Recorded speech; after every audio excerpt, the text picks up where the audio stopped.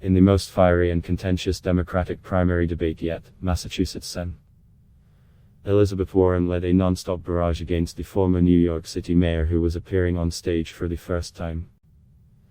She kicked it off by calling him an arrogant billionaire, who calls women fat broads and horse-faced lesbians. Then everyone else jumped in. Minnesota Sen. Amy Klobuchar accused Bloomberg of hiding behind his TV ads. Former Vice President Joe Biden hammered him for opposing Obamacare. Vermont Sen. Bernie Sanders attacked Bloomberg's support for stop-and-frisk policing in his first answer of the night.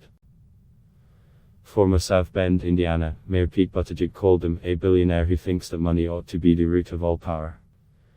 The pile-on against Bloomberg came 3 days before the Nevada caucuses, as candidates trailing Sanders and with nowhere near Bloomberg's money are desperate to prove they deserve to remain in the race as it narrows. Here are 6 takeaways from the 9th Democratic presidential debate. Bloomberg's Bidenite Democratic voters have been laser-focused on electability, and Bloomberg's willingness to spend hundreds of millions of dollars on an advertising campaign had lengthened the perception of it in recent weeks, as he's jumped into double digits in national polls. The perception might have been shattered Wednesday night. Bloomberg had answers for none of the criticism about his previous support for stop-and-frisk policing, his opposition to Obamacare, offensive remarks about women, or why he hasn't yet released his tax returns. His worst moment came when Warren and Biden challenged him to release women who alleged sexism and misogynistic behavior by Bloomberg and at his company from non-disclosure agreements. Warren said those women were being muzzled, and that the drip of stories of women saying they have been harassed and discriminated against would be a massive liability in a general election.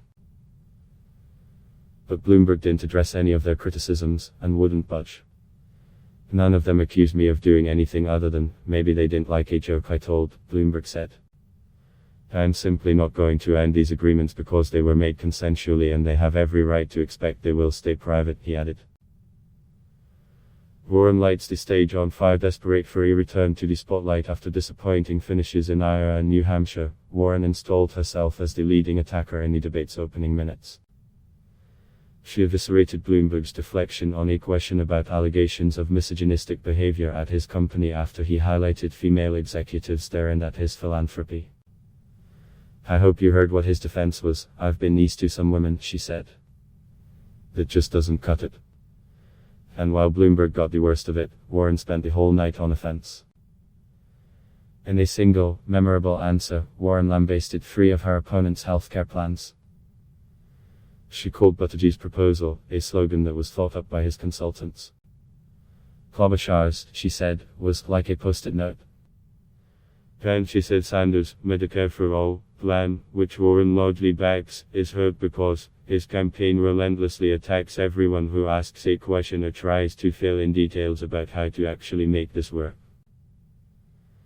The frontrunner is largely unscathed for the first time in this long primary campaign. Sanders took the debate stage as its national frontrunner. But unlike others who have held that unofficial mantle, and carried the target that comes with it, Sanders emerged from the experience mostly unscathed. The Vermont senator faced familiar lines of attack, that his democratic socialism makes him unelectable and that his Medicare for All plan is impractical, but Bloomberg's presence altered the dynamics of the debate enough that Sanders was able to stick to his message and avoid being dragged into deeper waters by his rivals. Bloomberg also gave Sanders a fresh target, a real, live billionaire on stage to hammer when he spoke about income inequality. Mike Bloomberg owns more wealth than the bottom 125 million Americans, Sanders said at one point.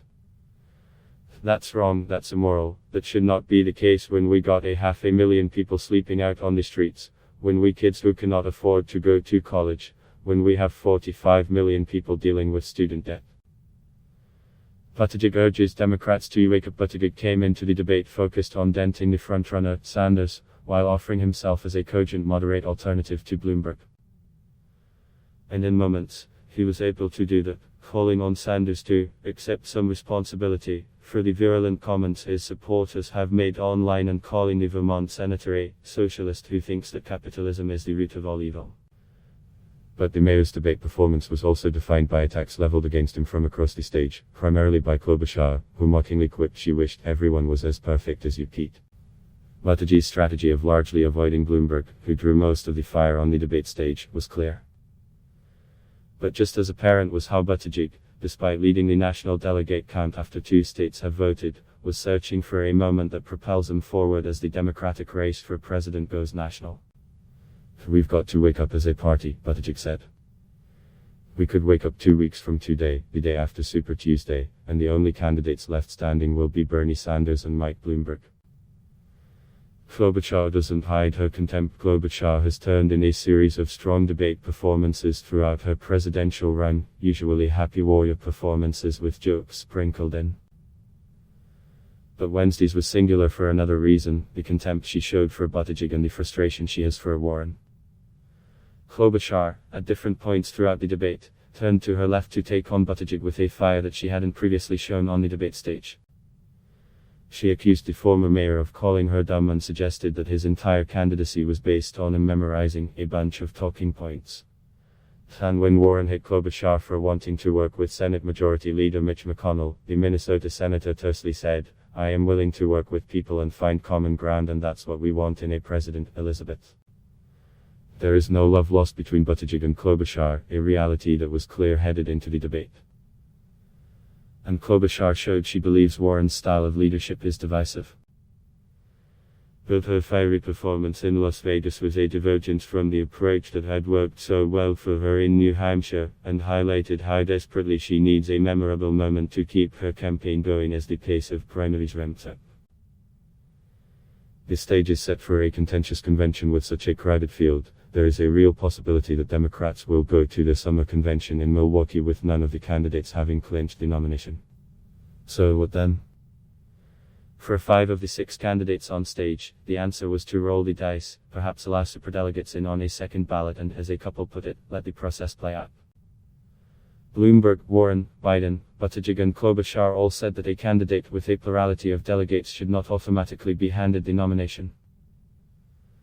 Sanders, who could very well find himself in that position, was the lone voice of dissent. He said that the campaign with the most delegates, even if it fails to collect an outright majority, should win the nomination. If what many Democrats consider a doomsday scenario occurs, and none of the hopefuls secure enough support to win the nomination on a first ballot, the contest could hinge on the preferences of nearly 800 superdelegates. And that, as anyone who remembers the controversy surrounding their impact in 2016 will recall, could be a recipe for an intra-party meltdown that would make the tough primary of 4 years ago look like tame.